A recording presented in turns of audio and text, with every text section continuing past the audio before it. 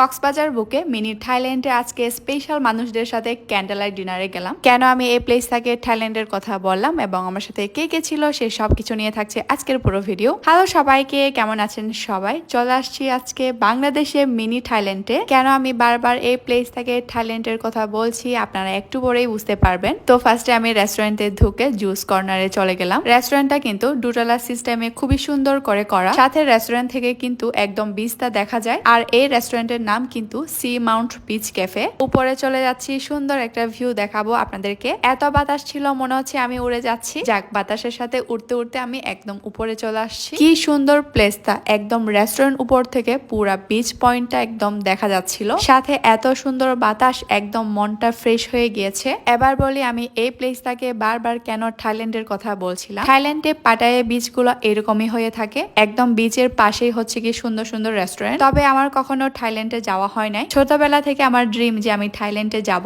যাক, এখন না হয় যাওয়া হয় নাই, তবে ভগবান যদি চায় সামনে কোনো একদিন অবশ্যই যাওয়া হবে। আচ্ছা, আমাদের খাবারের কিন্তু কয়েকটা সি ফুডের প্লেটার অর্ডার করেছিলাম। এই যে গ্রিল পমফ্রেট সাথে গ্রিল ক্রেফ। কুক না করার আগে আমাদেরকে দেখাই দিচ্ছিল। খাবারগুলো রেডি হতে থাকুক, ততক্ষণে আমরা নিচে থেকে একটু ঘুরে আসি। আচ্ছা বলেন তো, আমার মতো কারা কারা আপনাদেরও থাইল্যান্ডে যাওয়ার সুযোগ হয় নাই? তাদেরকে আমি বলবো একবার হলেও আমাদের বাংলাদেশের বুকে কক্সবাজারে মিনি থাইল্যান্ডে ঘুরতে আসার জন্য, মানে এই সি মাউন্ট বিচ ক্যাফেতে ঘুরতে আসার জন্য। কি সুন্দর আমাদের বাংলাদেশ, তাই না? ছোট করে কিস্ট জোনও করা আছে ওনাদের। এখন চলে আসছি একদম উপরের সাইডে, সুন্দর করে ক্যান্ডেল লাইট দিয়ে সাজিয়ে রেখেছে ওনারা। আমাদের খাবার কিন্তু একদম রেডি। আমরা নিয়েছিলাম ফিশ এন্ড চিপস, সাথে সি ফুড পায়েলা। এখানে ওনারা ব্যবহার করেছে বাসমতির রাইস, সাথে প্রন, ক্র্যাব, স্কুইড, উইড, সাফরনও ব্যবহার করেছে ওনারা। আরো নিয়েছিলাম গ্রিল পমফ্রেট, যেটা খেতে খুবই ফ্রেশ ছিল, হালকা টক টক, সাথে একটু ঝাল ঝাল টাইপসের ছিল। মাছে কোনো স্মেল পাচ্ছিলাম না, একদম ফ্রেশ লাগতেছিল।